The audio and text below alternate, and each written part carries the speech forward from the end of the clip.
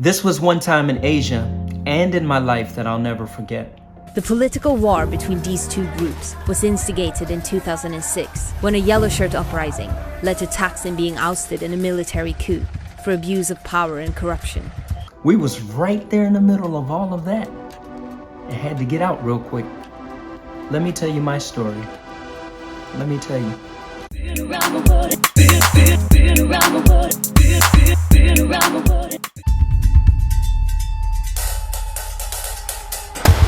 For nearly a decade, Thailand has been trapped in a depressing cycle of violence.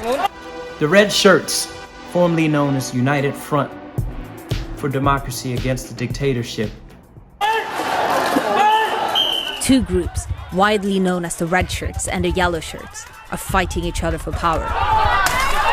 The Red Shirts love the former Prime Minister Thaksin Shinawatra, a tycoon turned politician who improved life for the working class. Wow, we were right there in all of it, and I had just moved back to Bangkok from Pattaya, another city in Thailand, with my ex-girlfriend who was also from Thailand. It was crazy. It was crazy.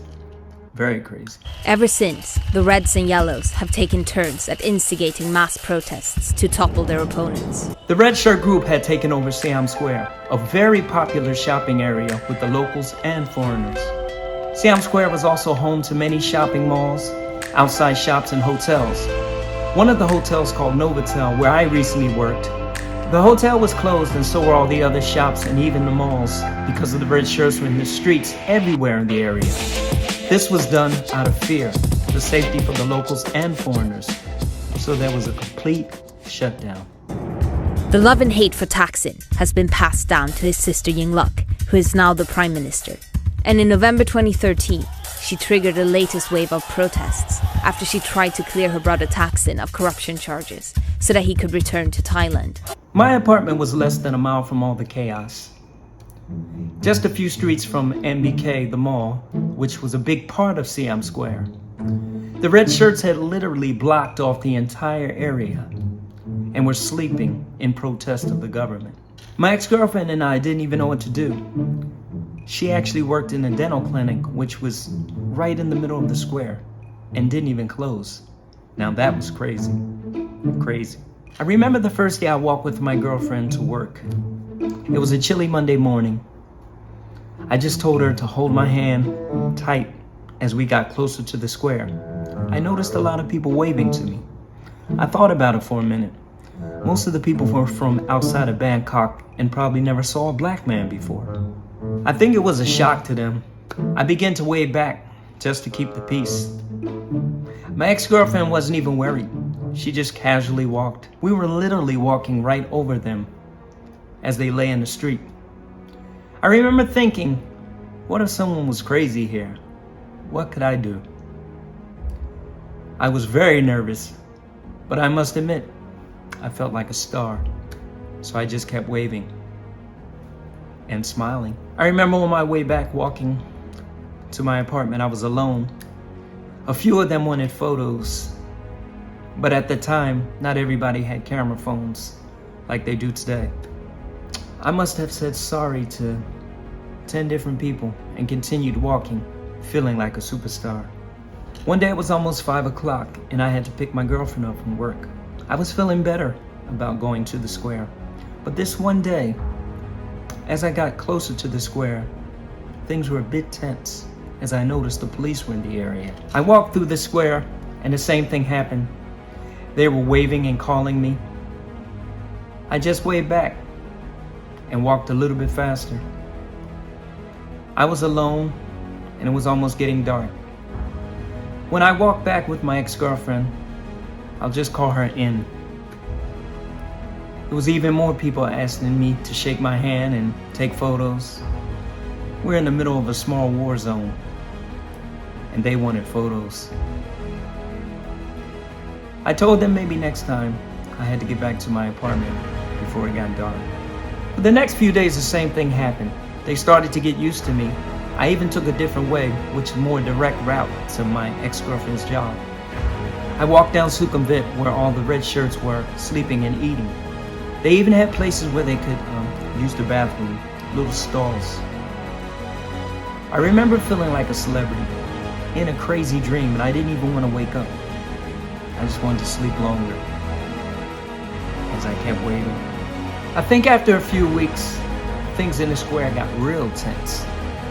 The police were getting fed up, and the shops and the malls were losing millions. Something had to be done, and somebody had to do it. We walked faster this one day before we got to the square. My ex-girlfriend's boss called and said in a frightening tone, today we had to close because fear police were going to take the square back and it would get violent. We turned back and went back for breakfast. I remember sitting and eating when I heard the first shot. We were wondering what was going on.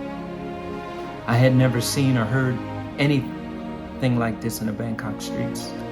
The streets were also so empty. I guess it was special to me to be there at this time. That will go down in history. I'm sure if you look on YouTube, you'll see how bad it was about to get. We returned back to our hotel, which was right down the road from all the chaos. We were scared at this point. We heard more and more shots. Oh my God. So we just heard a big bang. The security people tell us it was a Chinese cracker, but it wasn't thrown by anyone in here, so somebody's outside trying to scare people. I then realized we had to get out of the city. I talked to the front desk and told them we had to go. And they understood, as they were scared too. We started to pack, and as we packed, we heard the red shirts were in Lumpini Park, which was a very popular park for the locals and foreigners. It was also where I used to work out in an outdoor fitness center. We finished packing and began our journey to the bus station. The bus station was across town, so we didn't have to go the route of the square. We went around the chaos. It was crazy. Very crazy. We got to the bus station, all the buses were full. What to do next? We decided that we'd have to stay in the bus station for the entire night. We got lucky when my ex-girlfriend spoke to one of the managers and got us on the bus. We got lucky. We arrived in Pattaya after a few hours. We felt better and safe. After all, we were right in the middle of a very bad situation. We really couldn't believe. A few days had passed and things were still bad. Not really sure if this is a good place to stand, but I guess it's better than being over there. Jesus, it was not even 10 meters away from where we were standing. You can really smell the fumes.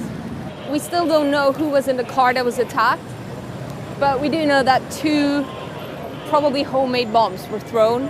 The police is here now. Who knows what's going on? I remember this one day, I had to return to Bangkok to record this song with my friend. On the way there, I remember hearing shots. Both with handguns and a machine gun that a PDRC guard had concealed in a popcorn bag. The police and army were present, but instead of intervening, they ducked for cover. 8 people were injured, including a photojournalist. Even on the radio in the taxi, things got really bad. One of the malls, Central World, was on fire. I remember hearing on the radio in the taxi just go off at one point,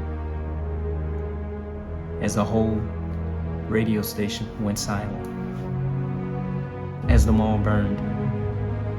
When I got to my friend's house, I felt safe. His house wasn't in the area where all the chaos was, but there was still a bit of tension around Bangkok. We started recording, and then there it was. Half of the mall burned down. Now this was a mall that was on one of the top malls in the city, and actually one of the top 20 biggest malls in the world, on the top 20 list. The mall was an important place to Thai people as it generated lots of money. Actually, the mall wasn't even in the square. there was another mall right in the square called Siam Paragon, which was the newest mall at the time, right in the square. A few days later, 3 fires that had happened. The square lost so much money. People lost their lives.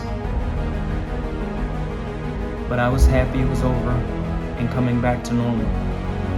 Novotel had took a huge hit as the club Siam 2 had died down. No one wanted to go to Siam Square anymore.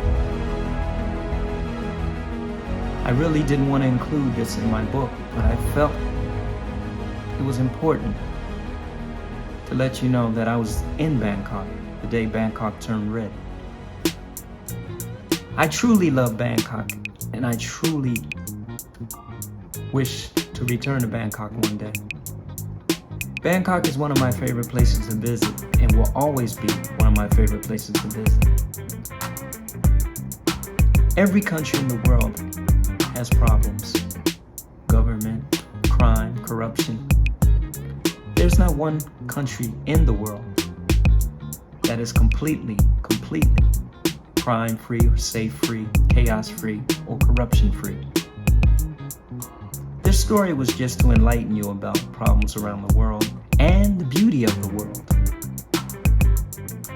So, however you take this story, please remember, there's always good and there's always bad in every country in the world.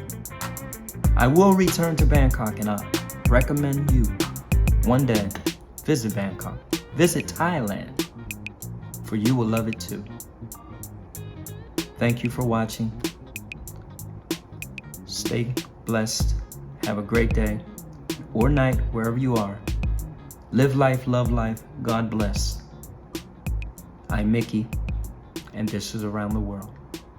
Till next time, keep traveling and stay safe.